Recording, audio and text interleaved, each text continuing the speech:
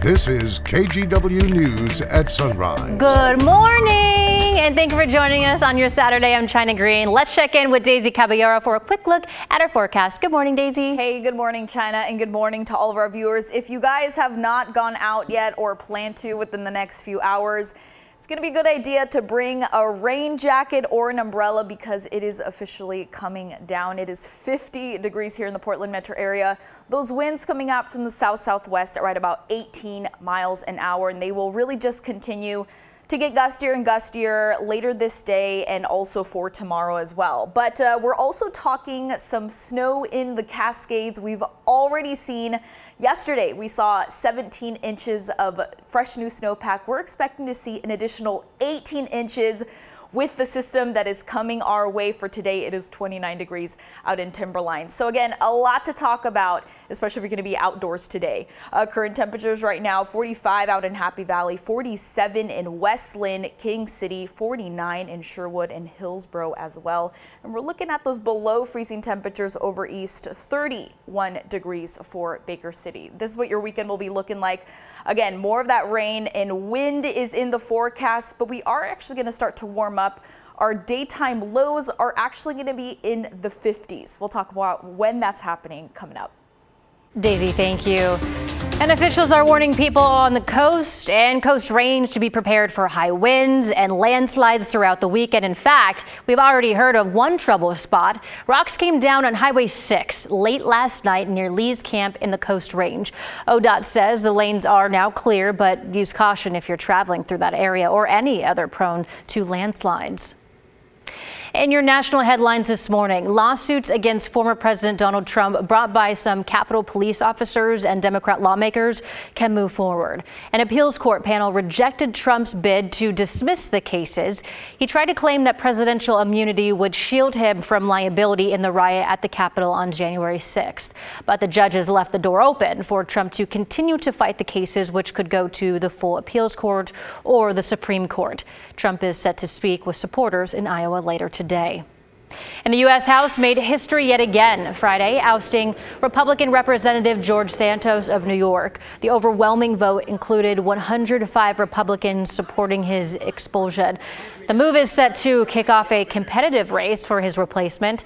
Democrats won comfortably in New York's 3rd district in 2020, but Republicans have been making gains there recently. And the Biden administration today announced a final rule to try to cut methane emissions. It limits the amount of methane oil and gas companies can leak into the atmosphere. The White House calling it a turbocharge for climate action in the U.S. Methane is a potent greenhouse gas that traps about 80 times as much heat as carbon dioxide. The announcement came at the UN climate conference happening now in Dubai. At the same conference, 50 companies representing nearly half of global oil production pledged to reach near zero by 2030. This morning, Israel has once again ramped up its assault on Gaza following the end of a week-long truce with Hamas. There's renewed worry about civilian deaths. Gaza Health Ministry says at least 200 Palestinians have been killed just since fighting began Friday morning. The new attacks are focused in southern Gaza. Israel is warning residents to leave and says Hamas leaders are hiding among the mass of civilians who fled south during bombardments to the north. Hamas has also been firing rockets into Israel and is accused of violating the ceasefire. Talks are ongoing to renew pause in fighting. Now, before the ceasefire ended, Gaza freed about 100 Israeli hostages. One of them has family here in Portland. The Ofska family says their 12-year-old nephew is now back with his mom and 2 younger sisters in Israel, though his father is still being held captive. Daisy spoke earlier this week with that family. Bring him home. These 3 words are what many families are demanding. Bring them home. For Hamas to release the more than 150 hostages still being held captive in the Middle East. Our hope is that they'll all be released, and we won't stop until that happens. The Jewish Federation of Greater Portland held a ceremony on Tuesday to offer hope and solidarity for the remaining hostages and their families. Tonight, we are here to support our family, the hostages held in Gaza. Bring our family home. Like Efrat Ovska, whose brother Ohad is still among those being held. It is a very stressful kind of situation, right? A lot of anticipation, a lot of hope, a lot of uncertainty. That hope met with positive news on Monday, while her 12-year-old nephew, Eitan, was released after 51 days. We were extremely happy and relieved, to see him coming back. The family says Eitan was taken hostage on October 7th, straight from his bed and locked into a room for 2 weeks. He was later forced to watch the horrific videos online of the war. It's a long way for recovery. He's in good hands now with his mother. There's a lot of support from his family, extended family, for the whole country, actually. Efrat and her husband, Mark, say this has been a heartbreaking experience for the family as they still wait for Ohad's safe release. Here's her message to him. That I love him, that I miss him, that I'm waiting for him to come back. And just hold on. And while they're thankful for Eitan's return to family, they will not rest until every hostage is back home and safe. We must not forget them. We must keep demanding that Ohad and all other hostages will come back immediately. Israel and Hamas are said to still be negotiating over the release of more hostages. The Israel Defense Force says 136 people are still being held in Gaza.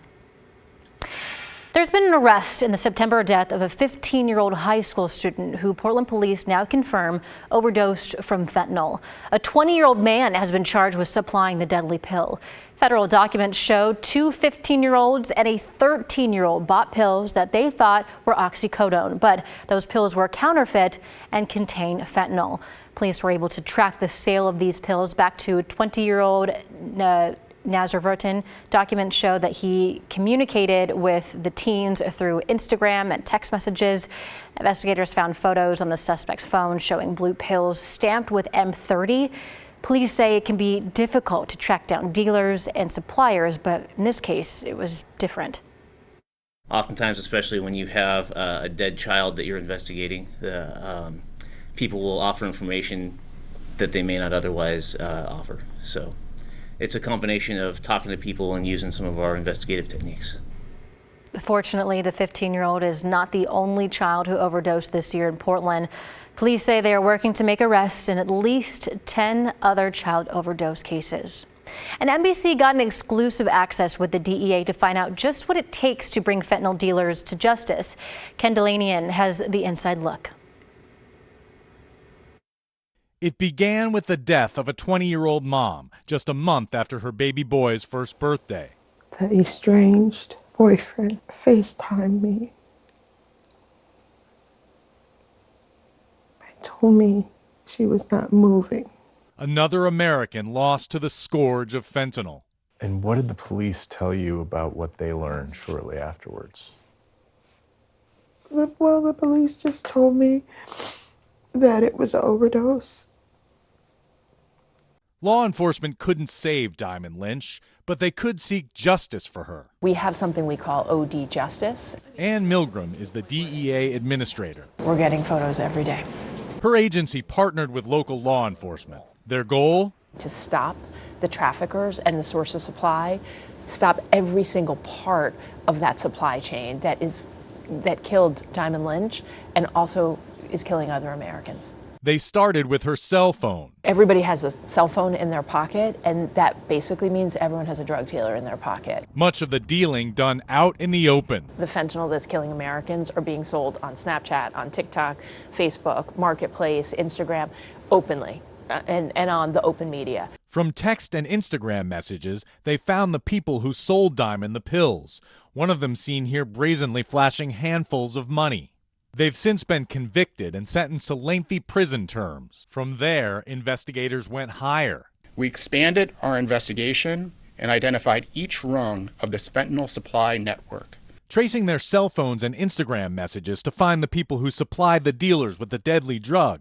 That network included wholesalers in California selling product made in Mexico with chemicals imported from China, even bragging about the quality of their product on Instagram. Often, authorities say, they smuggled pills in candy boxes like these. So far, 25 people have been charged. All but 2 have pleaded not guilty. We've been able to trace more than 1 million potential deadly doses of fentanyl coming to the Washington, D.C. area in 1 year. That's her prom picture right there. Diamond's mother, now raising her grandson, wants everyone to understand the lethal risk of fentanyl.